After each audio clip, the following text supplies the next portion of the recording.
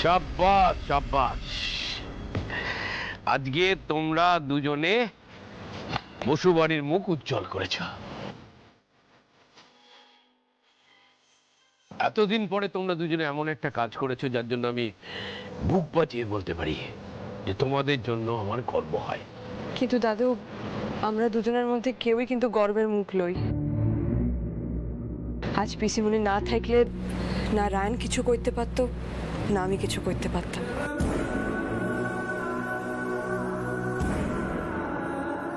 হীরা আপনার ঘরেই ছিল দাদু, আপনিই লক্ষ্য করেন নাই শুধু।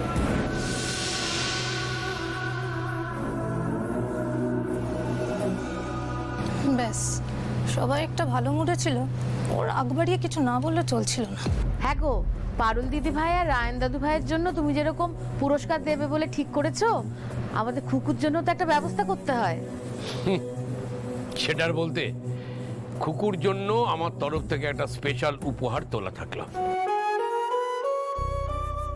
তবে আজকে আমাকে সব থেকে বেশি অবাক করেছে রায়ান। থাক দাদু, আর আমার পিঠ চাপড়াতে হবে না। আমি খুব ভালো করে জানি তোমরা মনে প্রাণে কি চাও। মানে কি জানো, কি চাই আমরা?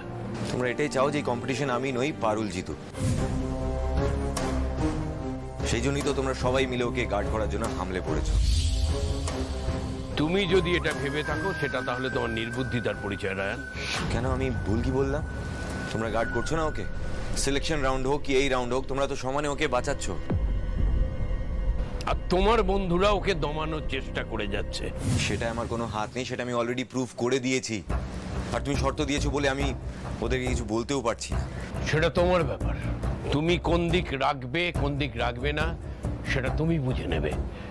কিন্তু একটা কথা জেনে রাখো, আলাদা করে কারোর প্রতি কোনো পক্ষপাতিত্ব আমার কোনোদিন ছিল না, আজও নেই। আমি চাই শুধু তুমি কিংবা পারুল নয়, যে সত্যিকারের যোগ্য সে এই কম্পিটিশনটা জিতুক এবং ফেয়ারলি জিতুক। পুরস্কারটা বসু বাড়িতে এলে যে আনন্দটা হবে, সেই আনন্দের আশা তো আমি করতেই পারি। কি করতে পারি না? আরে হ্যাঁ হ্যাঁ, তুমি তো আশা করতেই পারো, আর ওরাই তো তোমার আশা পূরণ করবে, তাই না? ও পারুল দিদি, রায়ন দাদু ভাই, নে বাবা, সারাদিন ধরে তোদের বাবা অনেক ধকল গেছে, তোর একটা কাজ কর, একটুখানি ওই হাত পা মুখ ধুয়ে একটু ফ্রেশ হয়ে নে। হ্যাঁ হ্যাঁ, যাও তোমরা গিয়ে ফ্রেশ হয়ে এসো। বাড়ির বাকিরা তো আছে জলখাবার বানানোর জন্য। আমাদের তো আর কাজ থামালে চলবে না, তাই না? চলো আমরা যাই। হ্যাঁ গো, আমি বলি কি, তুমিও চলো, একটু বিশ্রাম করে নেবে। এখানে আবার থাকলে এই ছেলে মেয়েগুলোকে তুমি আবার বকাবকি শুরু করবে। চলো চলো, একটু বিশ্রাম করে নাও তো, চলো।